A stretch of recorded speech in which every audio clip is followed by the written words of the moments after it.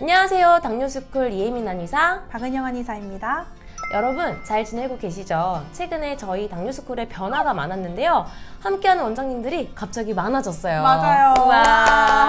네, 저랑 박은영 원장님은 2019년부터 함께하고 있었는데요. 최근에 김은주 원장님이 화요일 영상을 맡아주셨고 4월부터는 장효도 원장님, 김주 원장님도 함께하게 됐습니다.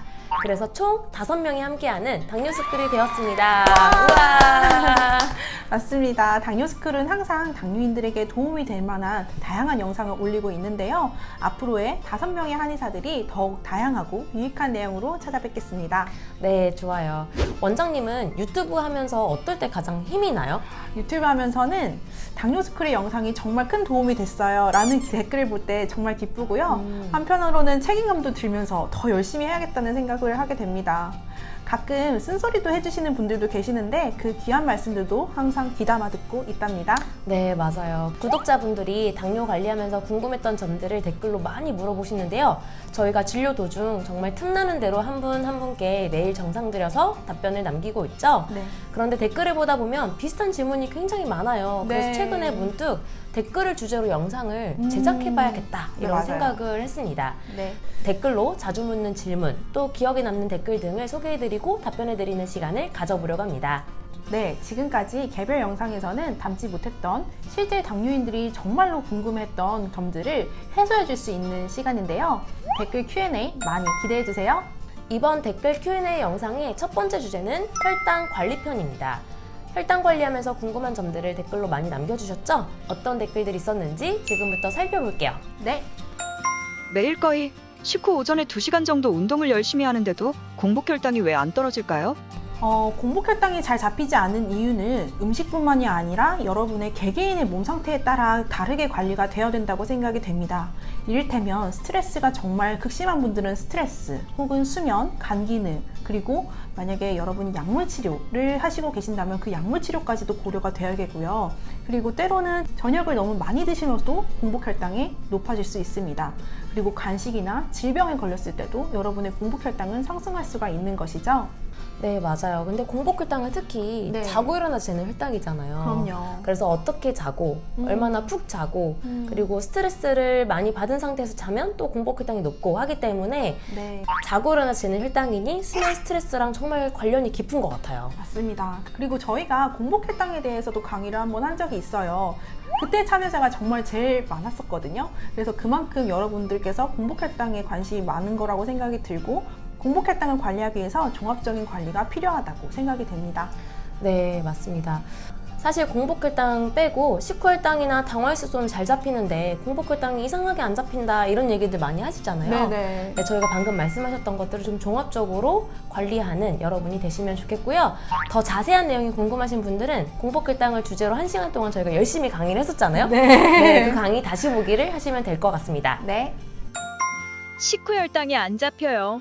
밥 먹고 바로 해야 하나요? 아니면 조금 있다 해야 하나요? 밥 먹고 바로 운동기구에서 운동하면 어지러운데 언제 하는 게 좋은가요? 네, 공복혈당과 마찬가지로 식후혈당에 대한 질문도 참 많은데요. 식후혈당은 먹고 나서 2시간 후에 재는 혈당인데 그 사이에 운동을 언제 하면 되는지, 운동을 왜 해도 혈당이 안 떨어지는지 이런 질문들이 좀 많았던 것 같습니다. 기본적으로 운동은 적어도 밥을 먹고 30분 정도 후에 시작하시는 게 좋을 것 같은데요. 30분 내에 운동을 하면 소화에 부담이 되기 때문이죠. 그래서 30분 후에 운동을 꼭 하실 것을 권해드리고요. 사실 식후혈당은 음식의 종류나 양에 따라서 정말 영향을 많이 받죠. 그렇습니다. 네, 탄수화물을 적게 먹으면 좀 덜 올라가고, 그럼요. 네, 그리고 음식을 거꾸로 식사법이라고 있는데 채소나 단백질을 먼저 먹고 탄수화물을 마지막에 먹는 그런 식사를 하시게 되면 또 혈당이 덜 올라가기도 하는 그런 영향이 있는데요. 그래서 사실 식후혈당은 음식과도 가장 밀접한 관련이 있다고 볼 수 있을 것 같아요. 네, 맞습니다. 그래서 여러분께서 사실 식후혈당이 조금 더 안정적으로 잡고 싶으시다라고 하신다면 333이라고 요즘 되게 유행하는 것이 있다라고 뭐죠? 해요. 그래서 식후에 바로 3분 동안은 빠르게 걷고 또 3분 동안은 적당하게 걷고 이거를 3번씩 반복해보자 하루에 라는 의미입니다. 그래서 여러분이 식후혈당을 잘 안정적으로 좀 떨어뜨리고 싶으시다면 이 333을 기억해보세요. 네, 좋습니다. 공복 혈당 270 이상에서 오르락내리락하고 마른 당뇨인데 적게 먹는다고 하는데도 조절이 불가능하고 온몸이 아픈데 좋은 방법이 있을까요? 혈당 변동성이 큰 분들이 진료해보면 실제 있어요. 그쵸? 네네. 제 많아요. 환자분 중에는 공복 혈당이 낮을 때는 한 140, 높을 때는 170 이런 분도 있고 어떤 분은 심지어 낮을 때는 한 103, 높을 때는 270 이렇게도 나온대요. 엄청 큰 변동성을 가지고 계시는데 네. 사실 제가 그런 분들에게 드리는 말씀은 어떨 때 낮고 어떨 때 높은지를 한번 찾아보라고 말씀드려요. 실제 내가 몇 시에 잤고 얼마나 깊이 잤고 그 다음에 뭐 전날 야식을 뭐 먹었는지 안 먹었는지 네네. 저녁밥을 뭘 먹었고 과식을 했는지 스트레스가 있었는지 이런 것들을 따지고 보면 어떨 때 낮고 어떨 때 높은지를 좀 알 수 있거든요. 생활 속에서 힌트를 찾으셔야 될 것 같아요. 그럼요. 그런 맞아요. 경우에는 왜냐하면 이거는 내가 평균적으로 높다, 뭐 평균적으로 얼마다 이게 아니라 변동성이 큰 거기 때문에 내 생활 속에 원인이 있는 거죠. 그렇죠. 네, 그래서 저는 그런 분들에게는 꼭 반드시 낮을 때 그리고 높을 때 어떤 것 때문에 그렇게 차이가 있는지를 찾아오시라고 네, 그런 미션을 드리곤 합니다. 맞습니다. 그래서 사람마다 올라가는 원인이 다 다르기 때문에 음. 이렇게 개별화된 생활요법이 꼭 필요하다는 점을 기억해 주시면 좋겠습니다. 네. 저는 아침, 점심은 식후 일을 하기 때문에 혈당이 어느 정도 관리가 되는데 주말엔 왜 그렇게 운동하기 싫은지 안 하면 식후 2시간 220 정도 찍어요. 이렇게 들쭉날쭉해도 될까요? 운동을 하면은 그래도 여러분께서 혈당이 잘 조절이 되실 수가 있잖아요. 이럴 때는 여러분께서 평생 내가 꾸준히 가능한 정도의 운동량을 해보시는 것이 좋겠습니다. 운동으로만 혈당을 조절한다고 하면 운동을 안 했을 때의 혈당의 격차는 클 수밖에 없겠죠. 운동을 열심히 하시는 분들이라면 내가 너무 과하게 해서 혈당 수치만 떨어뜨리는 것을 목표로 하지 마시고요. 내가 평생 유지 가능한 정도의 운동량을 꾸준하게 하는 것이 좋겠습니다. 맞아요. 당장 운동을 하면 혈당이 단기적으로 낮아지는 효과가 있는데 운동을 꾸준히 하다 보면 사실 장기적으로 인슐린 저항성이 개선이 되면서 혈당을 낮출 수 있는 그런 영향이 있거든요. 네. 단기적인 운동만 생각하지 마시고 장기적인 운동의 그런 장점, 강점을 잘 활용하시면 좋을 것 같아요. 네, 그런 말씀 하신 거죠? 맞습니다. 네네. 한 끼 굶는 게 혈당 낮추는 데 도움이 되나요?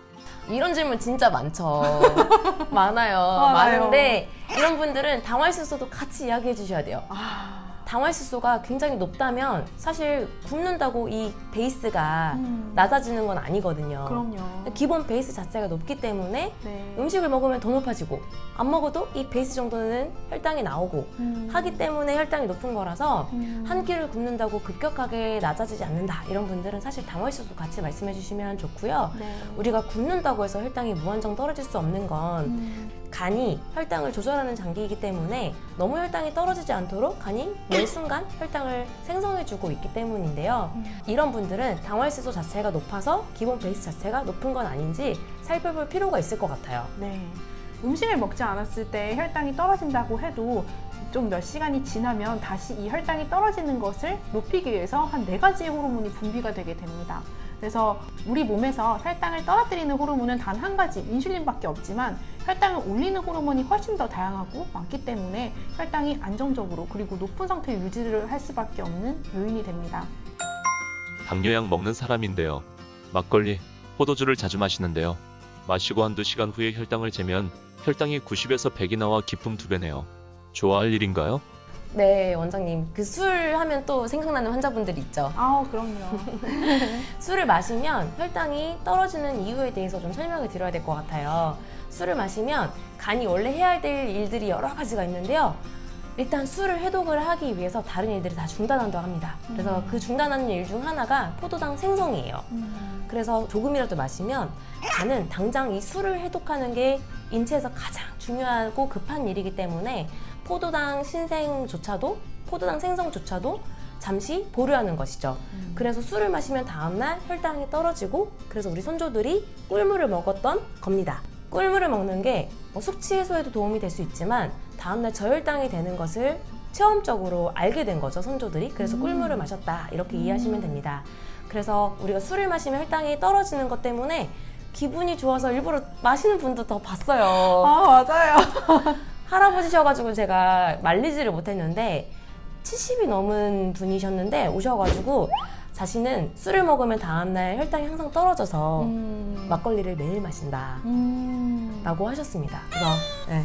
그리고 제 환자 중에서는 이제 올바른 생활 습관을 티칭해드리기 위해서 밤에 매일 마셨던 술을 제가 끊게 했더니 공복 혈당이 올라갔어요. 그쵸. 당연하죠. 그래서 그런 것들, 그래서 술은 일시적으로 혈당을 낮춰줄 수도 있지만 장기적으로 봤을 때는 이렇게 공복 혈당의 조절을 어렵게 하는 요인이라고 봅니다. 그럼요. 술을 장기적으로 마시면 당뇨가 생길 수도 있잖아요. 그래서 네. 혈당 조절에 굉장히 어려움을 주기 때문에 단기적으로 술을 마시면 혈당이 떨어져서 기분이 좋을 수 있지만 장기적으로는 절대 안 됩니다. 네. 공복 혈당 체크할 때 손가락마다 너무 차이가 납니다. 정말 혼란스럽습니다. 당화혈색소는 5.2 정상 수치인데 어떻게 받아들여야 합니까? 벌써 마지막인데요. 제 환자들 중에서도 원장님 손가락 여기 측정할 때는 높고 여기 측정할 때는 낮아요. 그럼 둘 중에서 어떻게 해야 되나요? 이렇게 질문을 많이 해주세요.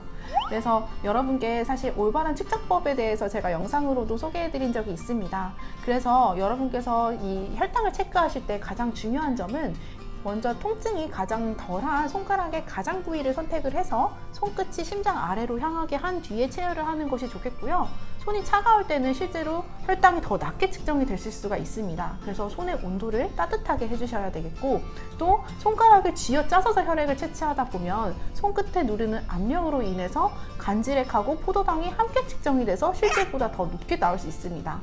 이 외에도 측정하는 카트리지나 기계의 수명이 오래돼서도 혈당에 오류가 발생하기도 해요.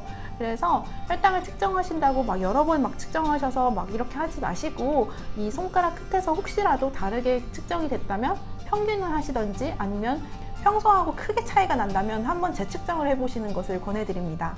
네, 그리고 혈당기계 자체에 오차도 있어요. 네. 플러스 마이너스 20 정도라고 하기 때문에 우리가 아무리 열심히 재도 이 기기 자체의 오차를 우리가 바꿀 수는 없잖아요. 네. 그래서 사실 가장 정확한 건 정맥 체열이고 혈당기계 자체는 오차가 있음을 그냥 인정하고 체크하시는 게 좋을 것 같아요. 네.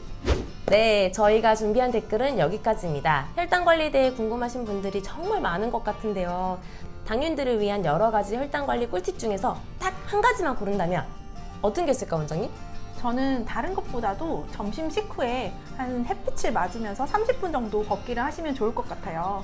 그 이유는 제가 직접 실천하고 있는 거기 때문에 원장님과 같이 실천하고 있기도 맞아요. 하고, 제가 실천을 해보니까 정말 혈당 조절에도 안정화가 될 수가 있고, 또 내가 평생 실천을 하기에도 큰 무리가 없을 것 같지 않나요?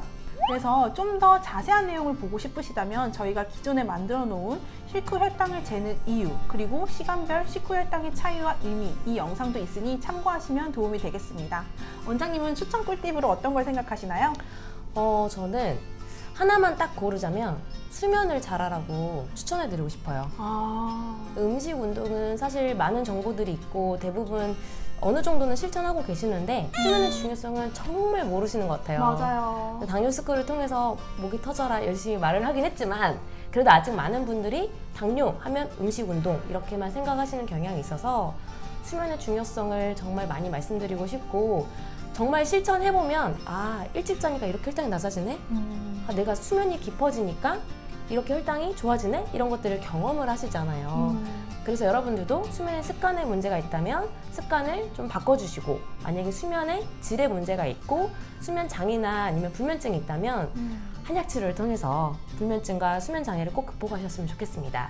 그런데 나는 자고 싶어도 잘 못 잔다 이런 분들은 일단 명상을 좀 추천드리는데요. 저희 실제 환자분들에게도 추천하는 명상이 있죠. 네, 바로 발끝치기입니다. 이거 정말 쉽고요. 불 끄고 핸드폰 끄고 잘 준비 다 해놓은 상태에서 발끝치기만 하면 스르르 잠들어요. 네. 제 환자분들한테 소개해드렸더니 한 70-80% 정도는 원장님 이거 하는 동안 잠들어요 라고 실제 말씀해 주시거든요. 영상 여기 띄워드릴 테니까 꼭 눌러서 보시길 바랍니다. 네, 저희가 준비한 댓글 Q&A는 여기까지입니다. 유익하셨나요? 앞으로도 한 달에 한 번 이렇게 댓글들을 정리해 드릴 테니 많은 관심 부탁드리겠습니다. 네, 참고로 다음 댓글 Q&A는 음식 관리편을 준비하고자 합니다. 평소에 음식에 대해 질문을 남겨주신 댓글을 모아 다음 영상에 자세히 설명해 드리겠습니다. 맞습니다. 다음 영상 제작할 때까지 음식에 관한 질문들 댓글로 남겨주시고요. 만약 저희가 답변을 놓쳤거나 너무 개인적인 내용이라 댓글로 물어보기 힘든 경우라면 1644-5178로 연락주세요. 개별적으로 답변해드리겠습니다. 네, 기다리고 있겠습니다. 다음 영상에서 만나요. 안녕! 한 끼를 굶으면 그럼 혈당이 낮아지냐? 그게 도움이 되냐? 근데 이 질문 진짜 많았어요. 아, 그래요? 네. 왜 굶어도 혈당이 안 떨어지냐? 이게 너무 많아요. 이런 질문 진짜 많죠. 많아요. 많아요. 많은데 이런 분들은 당황할 수 있어도 같이 이야기해 주셔야 돼요. 아,